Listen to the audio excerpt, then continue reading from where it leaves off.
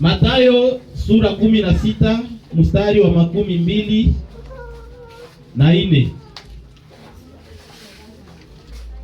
Makumi mbili na ine. Tusome kwa jina la Yesu Kristo.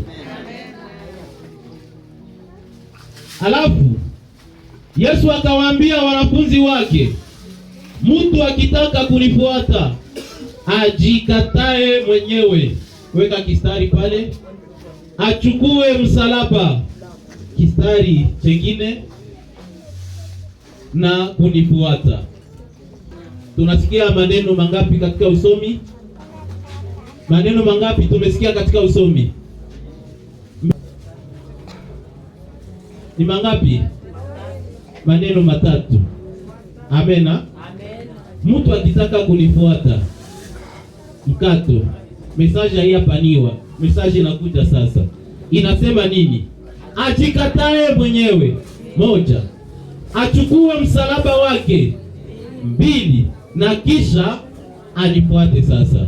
Mungu wetu apewe sifa sana. Amen. Leo tuko tunazungumza juu ya neno ambalo tumezungumza kwa juma mzima tangu lundi hadi dimanche, nayo ilikuwa ikisema gharama ya kumfuata Kristo Yesu.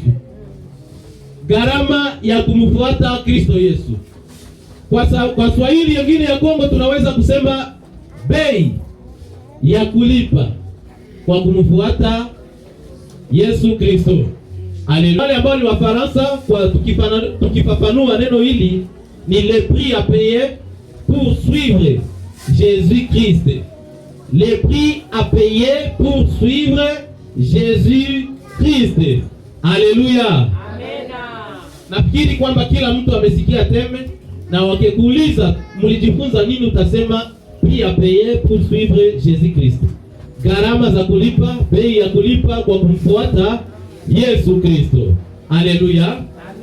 Hapa ambapo tunasoma Yesu iko anawaambia wanafunzi na wale waliokuwa wakimzunguka, kama mtu amechagua kunifuata, hakuja hivi tu.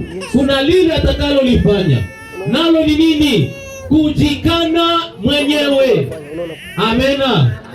Achukue msalaba, na kisha kuchukua msalaba ule anastahili sasa kukuya mkorteje yangu na ananifuata.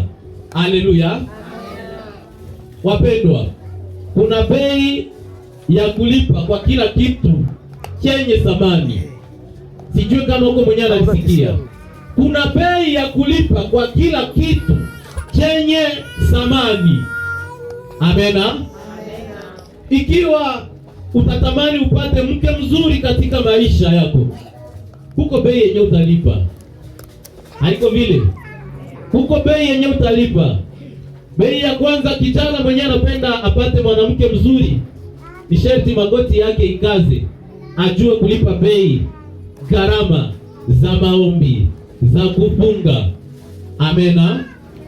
Sharti akuwe na mfuko yenye iko ndani pesa, sababu maombi yo peke haitakupatia mwanamke na kumtia mnyumba. Maombi itatia mwanamke mnyumba hiyo yenyewe. Sharti uwe na kitu mfukoni yenyewe utaenda pana, kama vile gharama za mali, alafu unapata kitu kizuri. Biblia inasema apataye mke amepata kitu chema. Sasa hautapata kitu chema bila kulipa nini? Bei, bila kulipa gharama. Haleluya. Hauwezi pata parcele nzuri pasipo kulipa gharama. Nayo ni nini? Unafanya kazi. Haleluya. Unaamka kila asubuhi, unaenda kwenye kazi, na huko unatumika mwaka moja, unajinyima, unakula ka uchungu, sijue unajinyima kabisa. Hautakuwa wa kujionesha tu mavazi, nguo ya sensa ikitoka unaiuza. Unaenda panga nyumba muvile ya $1000. Wapendwa, pamoja na ile hawezi fikia kuparsele yako. Lakini sharti ulipe kwanza gharama ya kujinyima mwenyewe, ya kutumika kwa nguvu, na Mungu anakubariki na parcel, anakubariki na nyumba, anakubariki na gari na vitu kaza wa kaza. Sharti ili ufikie kitu kizuri ulipe nini? Gharama. Amena. Amena. Na Yesu ni juu ya kila kitu kizuri. Amena. Yesu ni juu ya manyumba, iko yulu ya magari, iko yulu ya papa. Babangu mwani ni Zara, haifiki hata kukidole ya mguru ya Yesu Kristo. Yesu iko mbali katika maisha yangu. Amena. Mama aliyenizaa siwezi kumkompare na Yesu. Yesu iko juu sana. Amena. Napenda uelewe kwamba Yesu ni wa thamani kubwa katika maisha yetu. Amena. Kama tuko pamoja, pepea Yesu Kristo. Niseme tena vizuri, kama Yesu ni wa thamani sana, kama Yesu ni wa kwanza katika maisha yako, pepea tena. Amena. Vitu vya dunia tunavilipia gharama, na kwa kumfuata Yesu Kristo sharti kuwe bei yenye tutalipa. Haleluya. Na ile bei tuliziangalia katika juma. Wewe ukukua katika juma, nilisema bei nyingi, lakini hapa kwa tumesoma Yesu anaipengele kubwa 3. Haleluya. Kujikana mwenyewe. Kujikana mwenyewe inamaanisha nini? Amena. Kujikana mwenyewe inamaanisha nini? Kujikana mwenyewe inamaanisha kuachilia kila faida ya kibinafsi, kila faida isiyokuwa na maana, na unasema Yesu ndio anapatia nafasi ya kwanza. Unatupa faida zote za kibinafsi na unamfuata Yesu.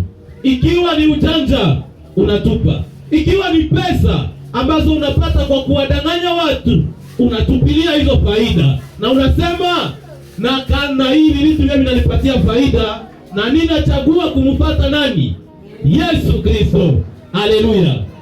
Kujikana mwenyewe ni kuachilia faida zote za kibinafsi, faida zisizofaa, na unasema ninamfuata Yesu Kristo. Amen. Na ukimpata Yesu umepata yote. Haleluya. Ukimpata Yesu umepata zaidi ya zile faida zisizofaa. Jina la Bwana libarikiwe. Kujikana mwenyewe, tulisema na wapendwa ambao walikuwa hapa, ni kumpatia Yesu nafasi ya kwanza katika maisha yako. Haleluya. Je, wewe umpatia Yesu nafasi ya kwanza, ama Yesu iko kuna nafasi ya 4? Yesu anakuja nyuma ya pesa zako, huenda Yesu anakuja nyuma ya wazazi wako. Wengine, kuna wazazi wengine wanakamata mtoto anamtia kuna nafasi ya Mungu. Mtoto wangu, kama haiko ule ningekufa. Lakini nakutangazia kwamba Yesu iko juu na umpatie nafasi ya kwanza, sababu anaistahili. Haleluya. Patia Yesu nafasi ya kwanza kwa maisha yako, utakuwa unaweza kujikana mwenyewe na kumfuata Yesu Kristo. Amen. Tukasema kujikana mwenyewe ni habari tena, ni kukubali Yesu, mapenzi yake ndiyo ya kutawale. Haleluya. Unajikana mwenyewe, hautajiongoza tena kwa akili na kwa dhamiri na kwa nafsi yako, lakini unaacha mapenzi ya Mungu ndiyo ya kutawale. Amena.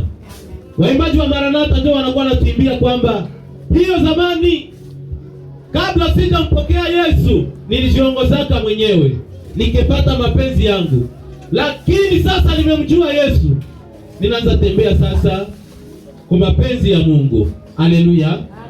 Usiogope. Yale mapenzi yanaweza kuwa mazuri, na pia wewe kwa mtazamo yako unaweza ona kwamba mapenzi ya Mungu yanaonekana kuwa mabaya kwako, lakini nakutangazia kwamba kila alifanyalo Mungu ni jema kwetu. Amena. Mapenzi ya Mungu ni mazuri kwetu.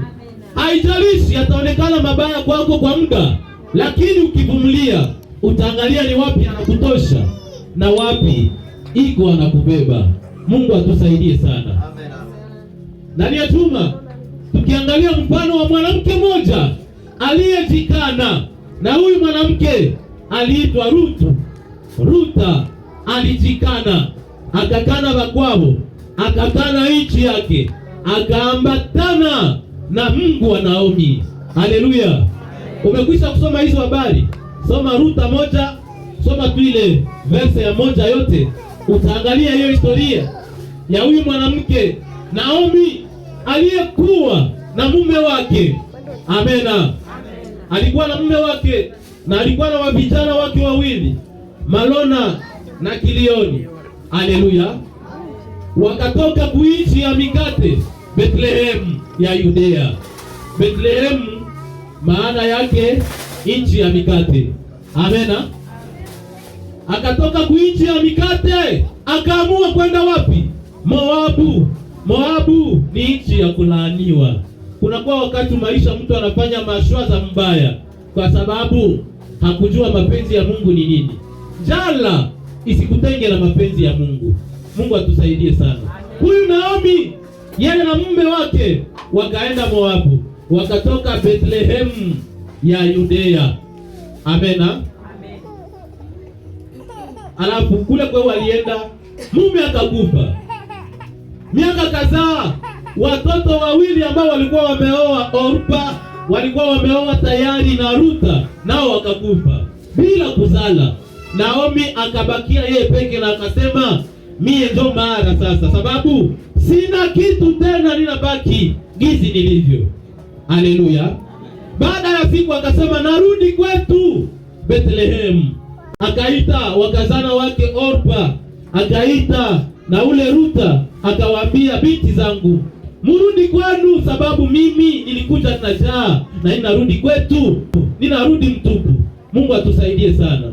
Sasa wakazana, angalia umri ya mwaka ninakuwa nayo, ninakuwa mzee, siwezi kuwazalia. Hata kwa muujiza, ikiwa ningezaa mtoto, basi mtamchunga? Hamwezi kumchunga. Wewe sijui uko na 30, utachunga mtoto wangu aeneze miaka ngapi ya goe na 60, naye hatakuitika. Mrudie kwenu, mrudie kwenu. Mungu atusaidie sana. Orpa akamwambia mama mkwe, kuya nikupatie bizu ya mwisho. Akambusu mama yake akasema, mama, ninarudi, ninaenda kwa tate yangu, kwa baba yangu, ninaenda tena kwa miungu ya baba yangu. Mungu atusaidie sana. Lakini Rutu akajikana mwenyewe na akamwambia Naomi, mimi sitakuacha, na usinilumiza moyo kwa kunisii nikuache. Mimi nimekubali kuacha papa, nakubali kuacha mama, wa ndugu zangu nakubali kuachana nao. Mimi ninaenda na wewe. Ule Mungu wako atakuwa Mungu wangu. Si nikuache. Kwenye watakuzika na zikiwa pale. Mungu atusaidie sana. Nikipenda nikupake, niko mjane bila mtoto, lakini Mungu mwenye mevumbula mwe nikuache. Akakana vyote vyake, faida zote za kwao, na akafuatana na mama mkwe. Mungu atusaidie sana. Haleluya. Unajua ni nini iliacha huyu Rutu anaambatana sana na huyu mama mkwe? Alimvumbula ndani kitu tofauti. Amena. Akamvumbula ndani Mungu wa kweli. Yeye ni Moabu, wanaabudu masanamu. Sasa mimi nivumbule Mungu wa kweli, niende tena baki yako sanamu. Ndaacha mama sababu hashinde Yesu, ndaacha baba hashinde Yesu, ninaacha mashamba za huku, ninaenda na wewe, twende Muneatu. Hata kama tuko wajane wawili, akaenda. Mungu atusaidie sana. Mpendwa uliye hapa, hakuna kitu chenye thamani kubwa kushinda Yesu Kristo. Ndio maana iko nakwambia sharti ujikatae na unifuate mimi. Haleluya.